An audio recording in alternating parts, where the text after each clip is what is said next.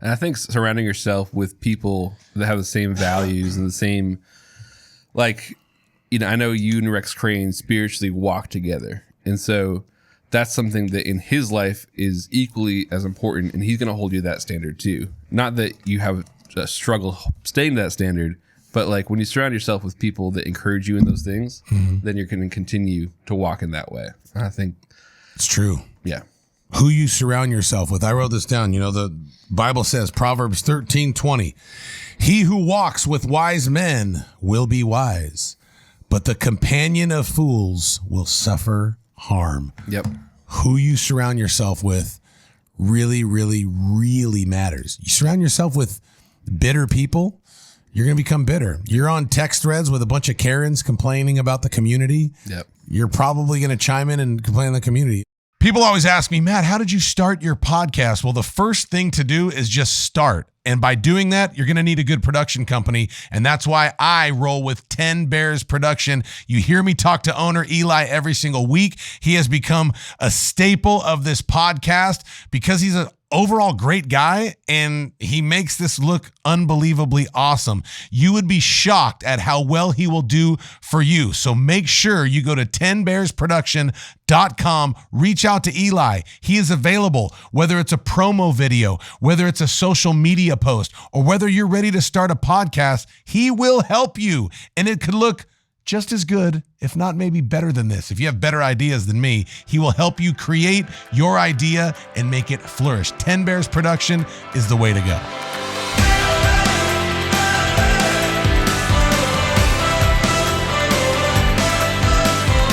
Welcome to another week of Level Up with Matt Rogers. I am your host, Matt Rogers. It's an honor to be here, as always. My right-hand man and the co-host of today with me, Eli Adelman. Leveled up to the table, bro. You leveled up. You went from the producer's box to the table. Today's going to be awesome because it's just you and me, and we're going to talk about the importance of who you surround yourself with. Yeah. So we're surrounding ourselves with each other today. I like that. I could say this, bro. Doing this podcast with you over the last 2 years, the people that we have surrounded ourselves with at this table, last year, season 1, in the camper, via Zoom, has really, really strengthened and empowered my life. All right. I talked to, on Wednesday nights, we do a Bible study where we've had like Rex Crane come in and Dean Sykes come in, these people that we've had on the past. And there was a kid, his name was Bo. If you're out there, my man Boaz, he's a senior at Independence High School, which is where my kids go. He was like, I've been wanting to start a podcast for a long time. I'm like, bro, the hardest part is starting. Dude, just start. Is hitting record. Yep. And you don't have to have all the fancy equipment, but and if you do need it, you could always call Eli at 10 Bears. There's a little plug.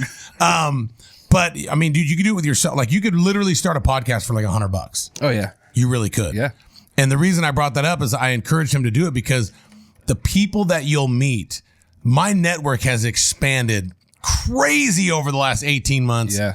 Because, one person leads to another person, and, and then you can say like, well, look who I had on last week. And you build up from there. Like I told him, like, bro, start with your principal. Yeah. Like, interview your principal from high school. And you go to a school of 3,000 people, like, at least 20 kids are going to listen to Bo interviewing the principal and ask the principal questions. And here's what'll happen.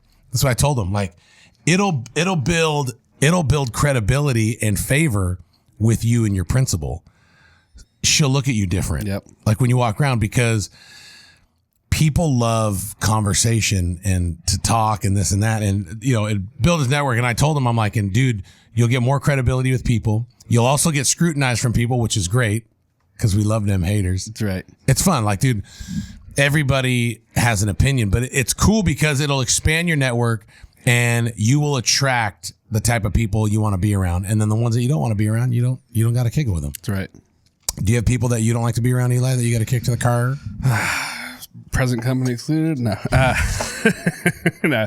Bro, you almost made me spit out my coffee. Gotcha. The spit take. No, I definitely go through seasons of, like I'll just through business relationships. Like, in business, it always starts out up here where it's like, it's exciting. Everyone's like, yeah, we got this new project going. And then as things go, you start to see people's character. Yeah. And I think once that happens, it can go one of two ways, really. It's right. like this person's either sucking the life out of me or they're encouraging me. So but you're in a cool position right now to where when you and I first met, like you were, and you still do, but you're helping churches do like the little promo videos and stuff, which you're so freaking phenomenal at. Thanks, buddy. And you're an unbelievable musician, but you didn't, how would I put this? You weren't getting paid what you were worth. Yeah. You weren't valued to the max. When I first sat down with you for the first time, like I've been in TV and production, I'm like, right, dude, this dude's the freaking real deal. Come on now. So now my point is you're in a position now to where some of these celebrities we've had on the show are now reaching out to you. Right. Hey, will you do some work for me? Which is great. That's what it's all about. Dude, leveling up.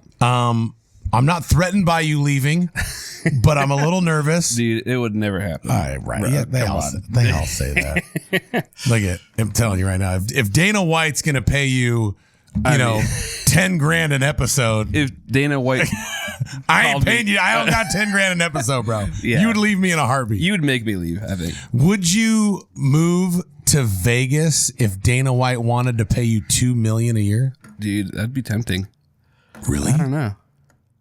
Probably. My wife lived in Vegas for a while, and it was not a great season of her life. Right. And so I don't know if I could convince her. It might bring back too many. Yeah, it might be no good. But $2 million, a couple of years of that. My ADD kicked in. The whole point of me asking you that question is now you've gone from, like started from the bottom. Now we hit you're definitely, you personally in your business is on the come up. I think that the crazy thing too about like, as you build your vision of the possibilities expands. And so like before when it was like, okay, I'm doing, commercials and which they're all great. I enjoy all these things, but now it's going more into like, man, are these projects I could sell to Netflix? Are these right? And it's like, well, a year or two ago, I would never have thought that in my wildest answer is yes, by the way. Amen. You had a phenomenal idea, which I don't know, I'm taking a rabbit trail, but in season 1, we had Elizabeth Fraser on our show, which if you guys didn't listen to the Elizabeth Fraser episode, go back and listen. I don't know what number it was, but her name's Elizabeth Fraser, season 1. Yep. And she talked about how she started to become sex trafficked at 5 years old by her parents. Yeah. Who were in the Mormon church. Crazy. Yeah. So Eli had an idea. It was like, dude, why don't we just take our cameras, fly to Utah, find out where they're at, and just, because they're still not in trouble. Like the parents are still living normal life. Yeah, like doing God knows what with the grandkids. Right. And we were just like, and our Eli was like, why don't we just show up with cameras and just boom, interview. Just TMZ them. Right?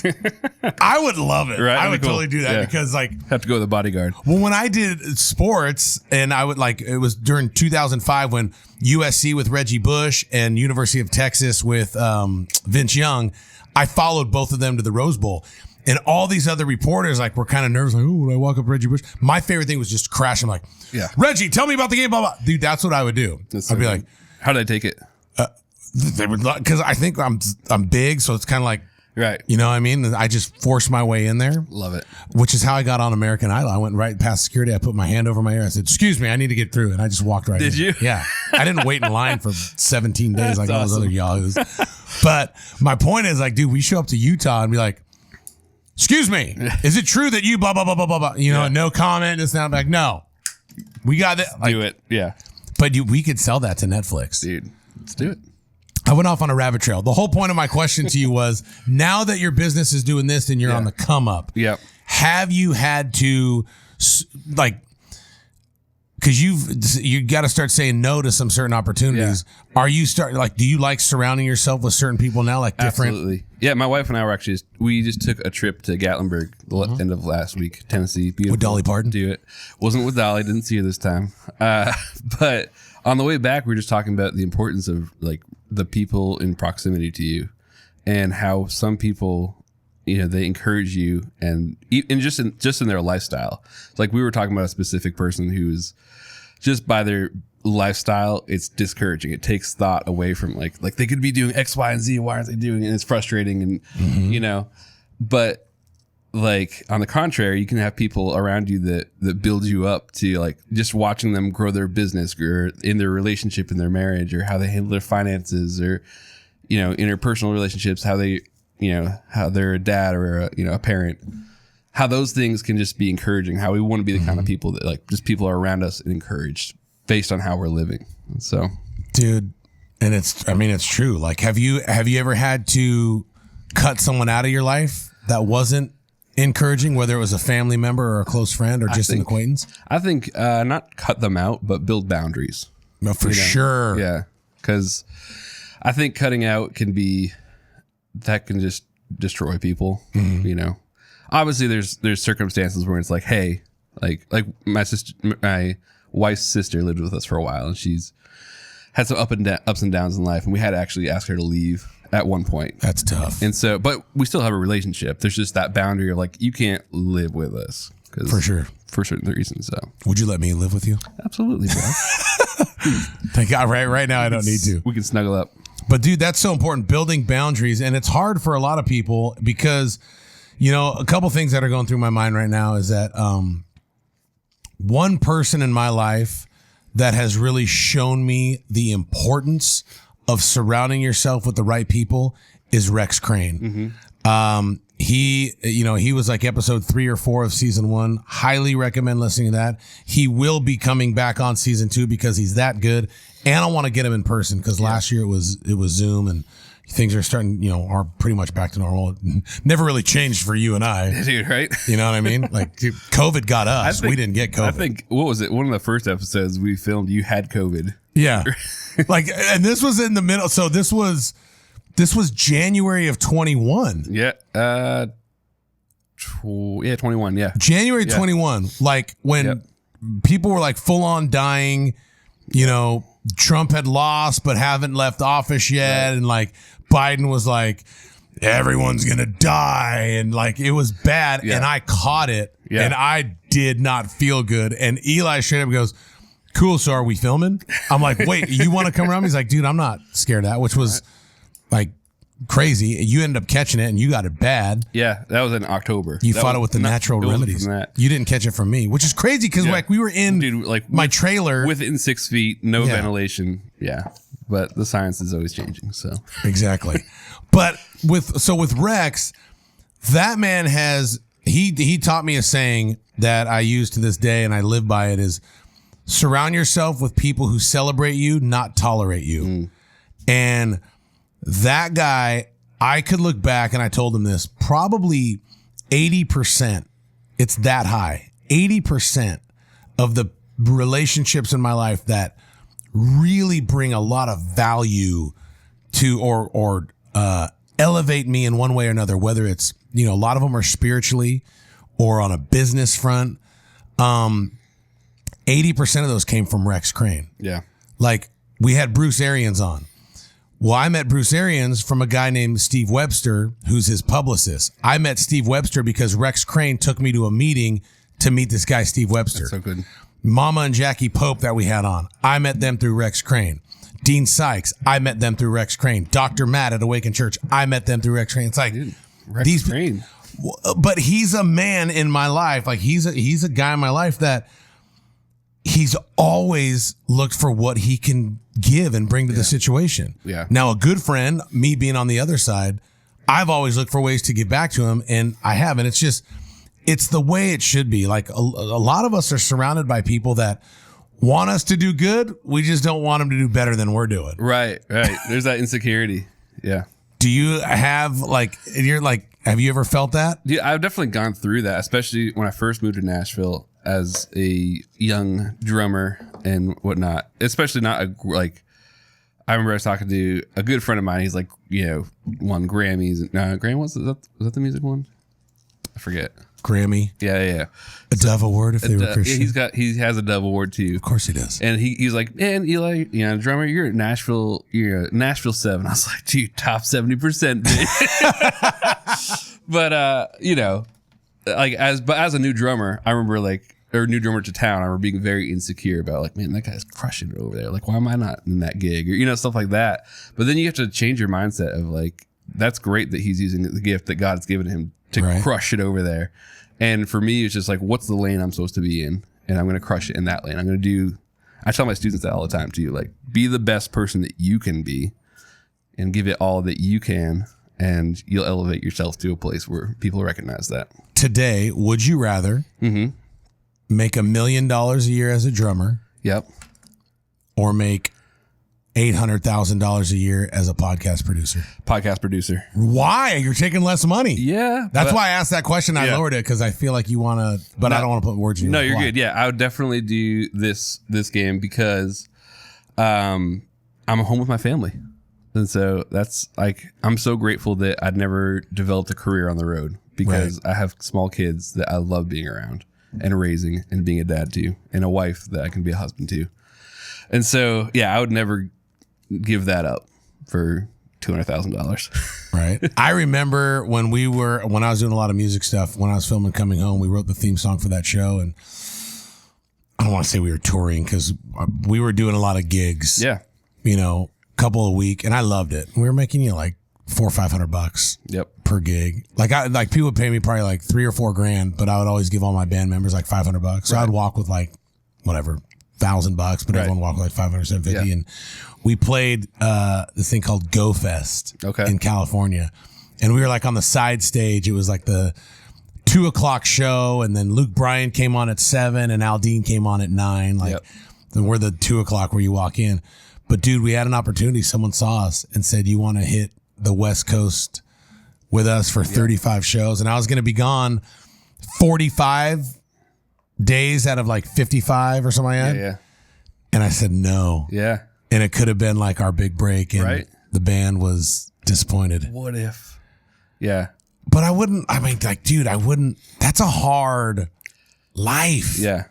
You know what I mean? Like, because there's just so many different sacrifices. You can either put your family on the road with you and you take your kids out of living the best childhood of their life, or you go and hit the road on the weekend and you're away from your wife. Like it's tough, man. Yeah.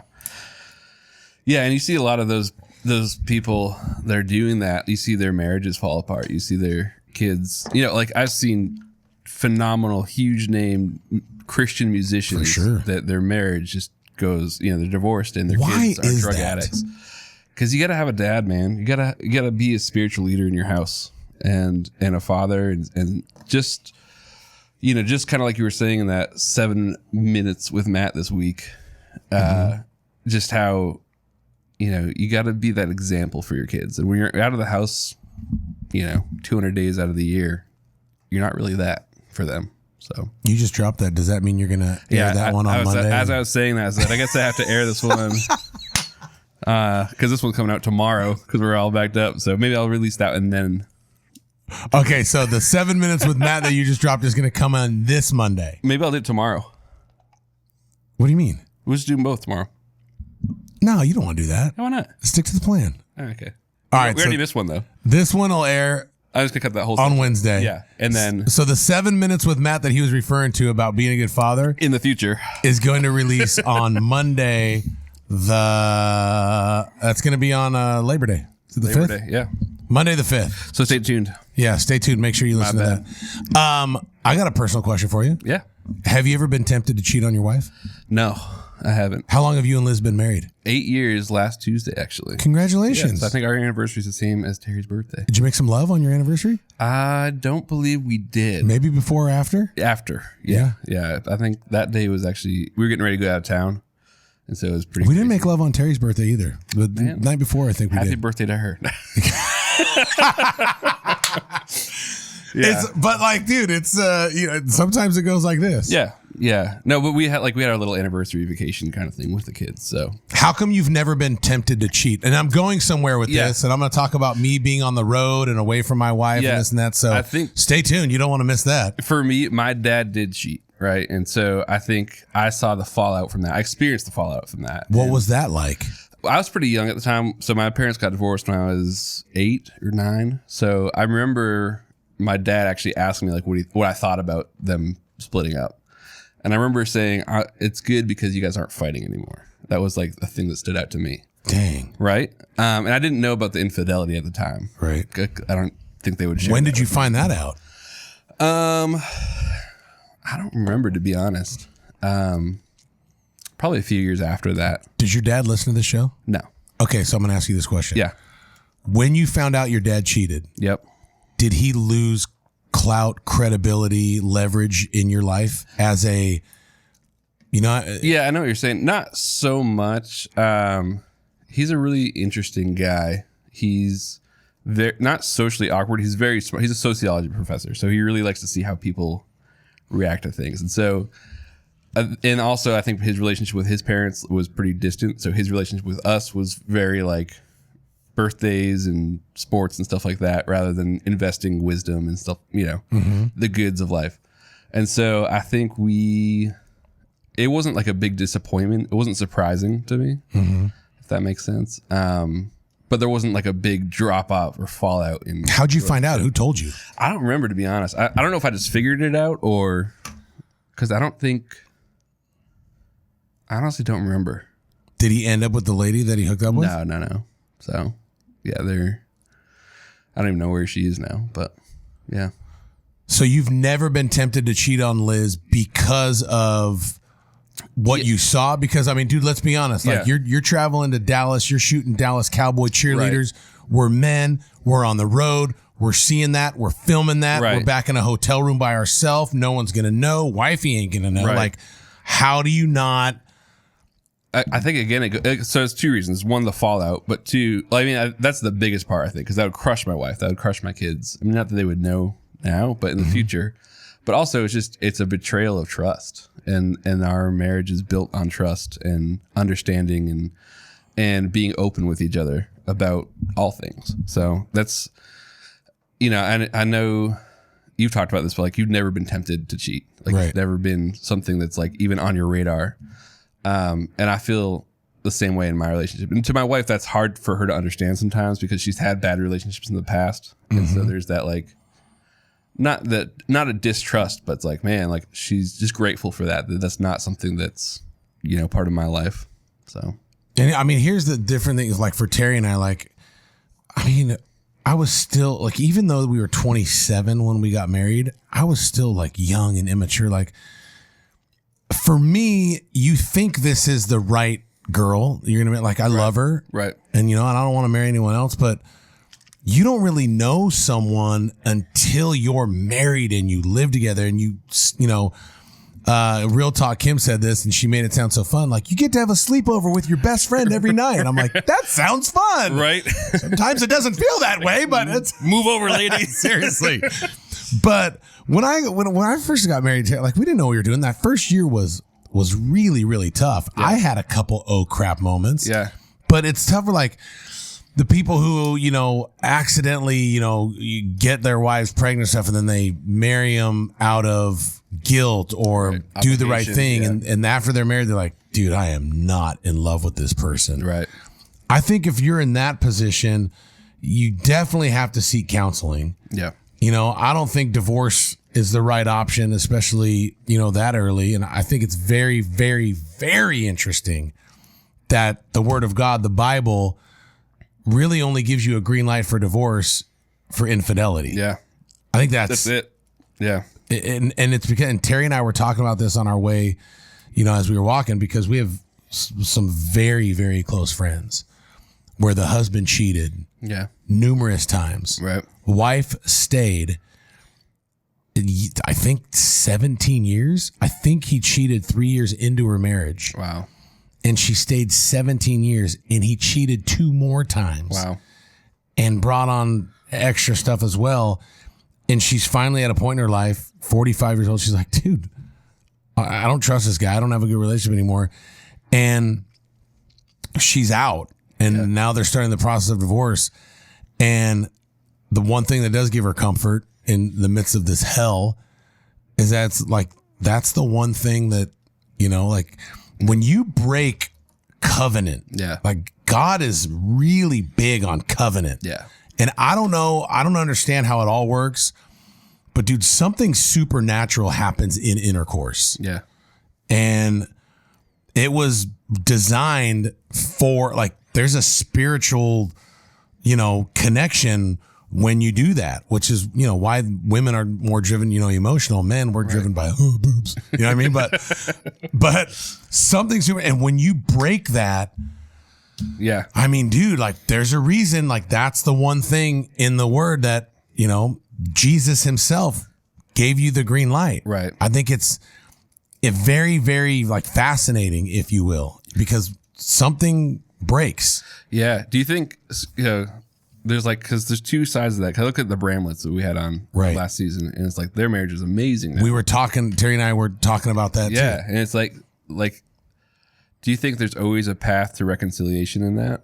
God is definitely a God of reconciliation. Yep. He can always bring it back. Yeah. However, and again, very easy, if you will, for me to be on this side of the table, not walking through that to give my opinion. Right. But I'm on the other side of the table, so I'm going to give my opinion. You break a vase, you put the vase back together with the best super glue in the world. Yep. The vase is good to go. But if you look, you can still see the cracks. Yeah. So yes, God can, and he's always looking for reconciliation. And, you know, period. Because I don't like to say but or however. Right. But to complete the sentence, how strong is it? How good is it? Yeah. What I hate is when a man or a woman says like, I'm actually glad I cheated because it's made our marriage even stronger today. Right. Like, really, dude? Right. Like, had I not cheated, I would have never seen how great my wife is. Like, you open your eyes in the first place, like, bro. Yeah. So, you know, and I make light of it, but that's just something that really gets me because, dude, make no mistake. And that buddy of mine that I was talking about, like, I had conversations with him, and I actually learned a lot from John Christ when, you know, because that a homie screwed up, right? And there was a lot, but John Christ told me, like, dude, just be there for him. Yeah, let him know that you're there. So I've done that. I don't agree with everything, and I'm not gonna give my opinion really unless he asks or give me that. But when I lost my train of thought, but like when I talk, I don't really see a lot of remorse. Right. It's just like, yeah, I did it, but God's forgiven me. Right. You know? Right. I don't see a lot of humility. Jeff Bramlett, who we had on, there was some humility there and this and that. And, you know, and he's like, dude, you know, I still struggle with this. And I've had conversations with him since then. And dude, he is a different man. Yeah. You know, like he really, really is. And Terry and I were talking about this morning. The Bramletts are the only people that we've ever met in our whole life that had infidelity and that are still together. And it actually seems pretty good. I'm sure it's not perfect. None of our marriages are. Right. Even if we're, you know, like not perfect, but I always say, like, dude, you don't need to be perfect, but be excellent. Yeah. Right. Yeah. Yeah. But like, I don't know how perfect or excellent theirs is, but like, dude, they're making it work. And here's why. For Allison, she gets filled up through Christ. Yeah. So, you know, one thing I was definitely going to say is, you know, like you said, you know, that I've said in the past that I've never even been tempted. It's true 100%. And let me just set the stage for you guys. Like, I travel a lot in the spring and in the fall, and these big nonprofit, these big companies, they pay me money to come in, to get on a stage and, you know, be the hero, be the star, and help them raise millions of dollars. And I'm on the road without my wife and kids in different states, in different small towns. And if I did anything, in theory, nobody would find out. Right. You know what I mean? Like, I always say, like, you're going to get caught sooner or later. Yeah. And even if you don't get caught, what you carry is terrible. It's probably even worse than getting caught. I always thought it was interesting when John Chris said that story was going to break and it didn't. He wanted it to break. Yep. So I could do a lot of things and not get caught. Right. But the reason I don't is I feel like you said with your dad, I've seen what's on the other side of that. Yeah. Like, dude, do I get horny on the road when I miss my wife? Yeah, dude, freaking absolutely. Like, I'm still a man. I'm in my freaking prime, baby. Like, come on. Right. Like, let's go. I'm a 2, 3, 4 a weeker and I'm happy. Right. And you go on the road for 2 weeks and you ain't getting it. Right. And you're on the stage and you're the hero. And half the people are drunk. Right. And you're in, California, New York, Florida. Like, people aren't ugly. Right. You go to some really like, dude, there's a lot of really pretty people out there that want you. Right. And you're the star. And 2 seconds you can have it. But if you don't know who you are, and if I ever found my identity in being the superstar, the guy that raises money, or the hero, whatever, if my identity was in that, then 2 things could happen. One, I would act and do something stupid and regret it. Or when I get home and I'm not the man, like, dude, when I walk home and I'm done off the road, Terry's not, Matt, you're so great. Right. Welcome home, dear. Let me just get on you. It's been 2 weeks. Right. Dude, that don't freaking happen. Honey, can you take that as trash? 100%. Yeah. The chat. Oh my God. Thank God you're home. This baby's been freaking driving me crazy. Here, take her. She just puked all over me. It's like, I really wish you were in like a really hot dress. Right. Like, dude, my point is like, it don't happen. And if my identity was in that, and I would come home, I'd be ticked off like, well, why don't you appreciate me as much as these other people do? And I'd put something on Terry that she could never measure up to because I've been out doing this. And then she's at home, dealing with baby puke and breathing treatments and taking Mason to practice and all that crap. Yeah. So that's how I've never been tempted, to be honest. Cause like, dude, I know it's fake. Yep. I know it ain't real. I'm not looking for anything outside of what I already have. And I think surrounding yourself with people that have the same values and the same, like, I know you and Rex Crane spiritually walk together. And so that's something that in his life is equally as important. And he's going to hold you to that standard too. Not that you have a struggle staying to that standard, but like when you surround yourself with people that encourage you in those things, then you're going to continue to walk in that way. I think it's true. Yeah. Who you surround yourself with. I wrote this down. The Bible says, Proverbs 13:20, he who walks with wise men will be wise, but the companion of fools will suffer harm. Yep. Who you surround yourself with really, really, really matters. You surround yourself with bitter people, you're going to become bitter. You're on text threads with a bunch of Karens complaining about the community. Yep. You're probably going to chime in and complain on the community. And that, like, dude, you're 100% right. Like, when I'm on the road, like, I look forward to seeing my brother, my dad, Rex Crane. Well, I got one of the biggest compliments. I think I told you this, but there's a big NFL thing that happens in Nashville called Tight End University. And all of the tight ends in the NFL come to Nashville, and Greg Olson puts it on, and they have sponsors, and they have this big tight end university. Well, we had Darren Waller on, tight end for the Raiders. Yep. Unbelievable story. Go back and listen to Darren Waller, season 1, how he overcame drug addiction, alcohol, depression, all that stuff. Well, dude, these guys are NFL players, so they all come to Nashville. Everybody wants them. Right. And most of them, like, dude, they're NFL players, and they go out and they party and hook up with chicks and all that stuff. Darren calls me 3 days before he comes out. Did I tell you the story? No, dude, I didn't. I should have told you. Really? I just said, thank you, God. Like, this is it.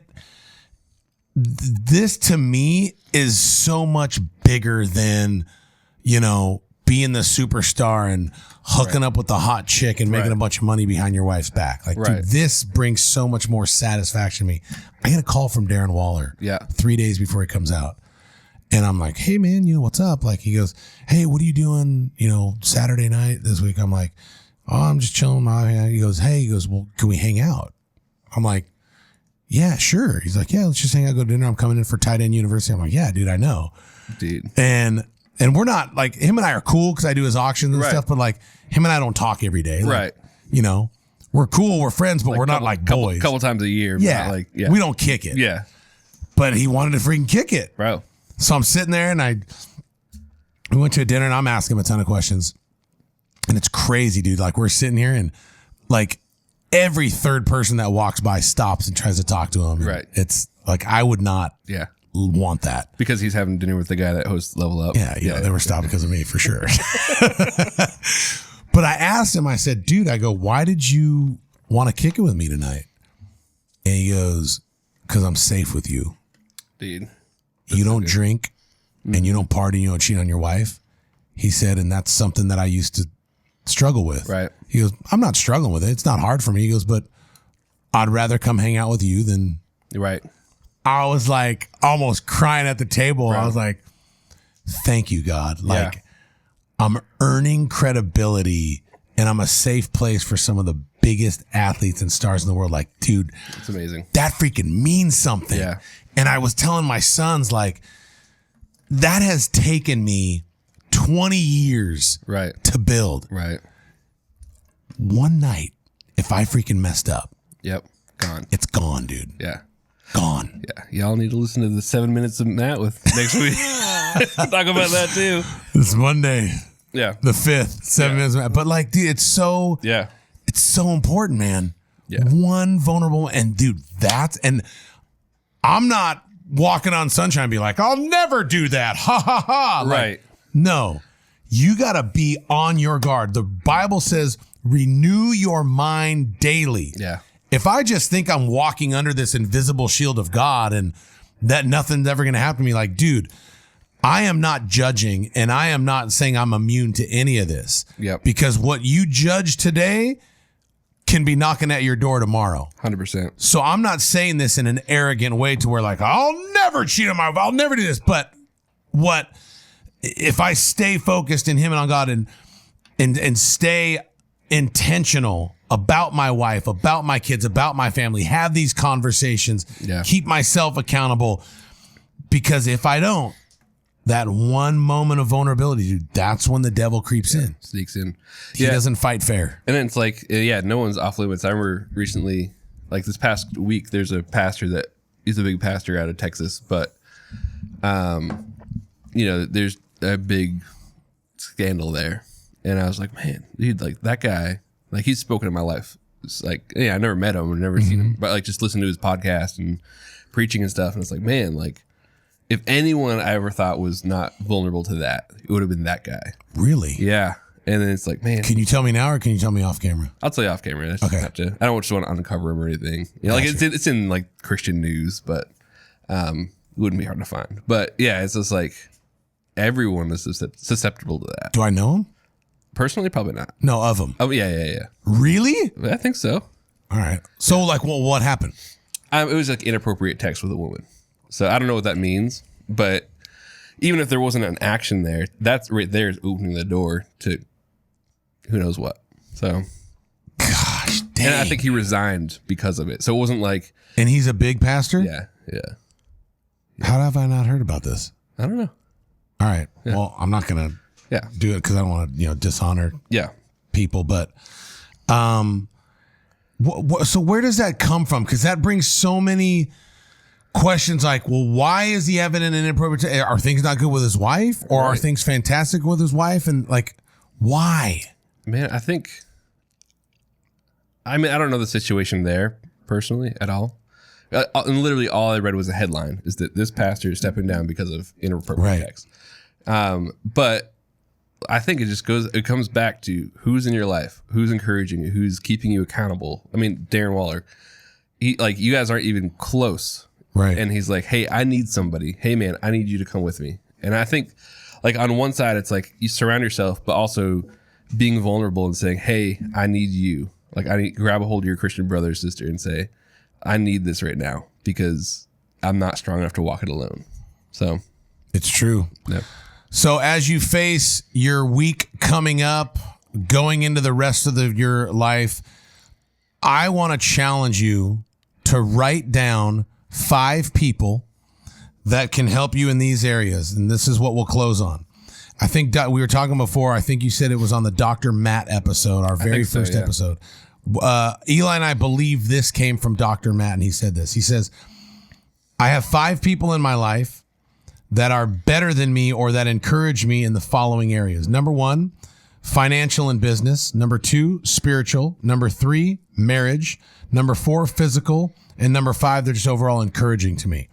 And he made a good example. He said, you know, I might screw this up, but he made the example of like, I'll go to my mom for good marriage advice, but I'm never going to go to my mom for financial advice because she's freaking broke or whatever. Right. Again, I might screw that up. Go back and listen. But point is, it doesn't have to be the same person. You know, for me, I have 2 or 3 people spiritually that I look up to. Papa Pope, Allison Bramlett's dad. His name is Gregory Pope. He's the pastor of Covenant Church in Douglas, Georgia. I love asking that man spiritual questions. Yeah. But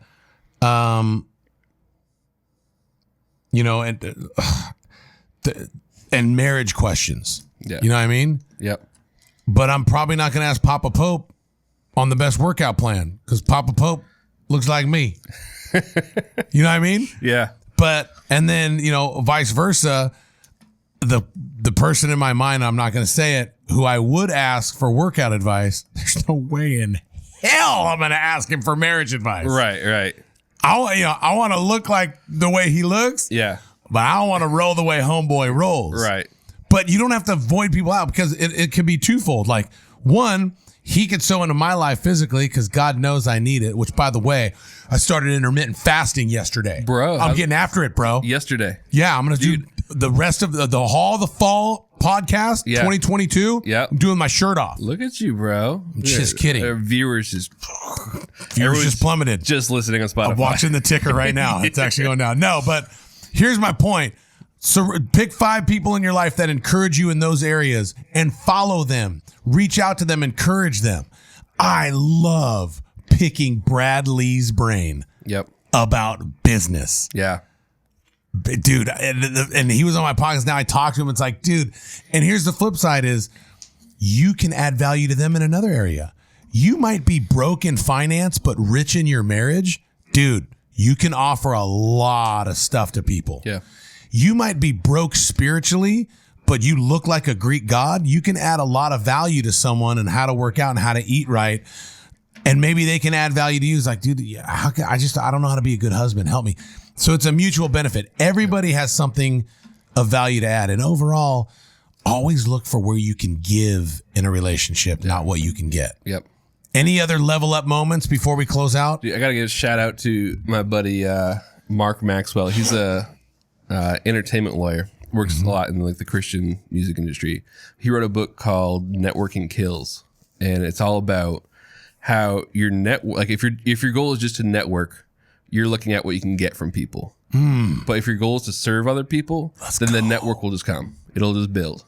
So his network kills a play on words? Yeah. So like the book, it says like networking skills, and then I think the S is like crossed out. Oh, network kills. So he talks about what kills it is if you're the dude that's just trying to shake a bunch of hands and take money out of people's pockets. Exactly. So what's his name? Mark Maxwell. Mark Maxwell? Son of John Maxwell? Nah, probably I'm just not. joking. No. Can we have him on the podcast? Yeah, he lives in Franklin. What are we doing? Dude, let's do it. Let's book him. Let's book him. I'll call him right now. Mark Maxwell. Yeah. He's coming on. Networking kills. Yep. Networking kills. Kills. All right. So shout out to him. He's going to be on a future episode. We got some good ones coming up. We got David Harris Jr. coming up. We got Dana White coming up. And we're being smart about how we place certain episodes. But we took a break after our first 4 episodes to kind of insert ourselves here, talk a little bit. I hope you enjoyed it. Yeah. I had fun. I had fun. I hope the viewers enjoyed it. It's fun being at the big table. It is. If you like this episode, please like, subscribe, and share. Leave a question and a comment. Ask us a question. I'll repeat it on camera and I'll answer your question. We love to do that. So thank you so much. Please leave a rating. Again, when we ask you to like it, we ask you to subscribe it. We ask you to share it. Leave a rating. Tell us how we're doing. Tell us we suck if you think we suck. Tell us you love us if you think we love us. All right? Yep. I love you. Thank you so much. This has been another week of Level Up.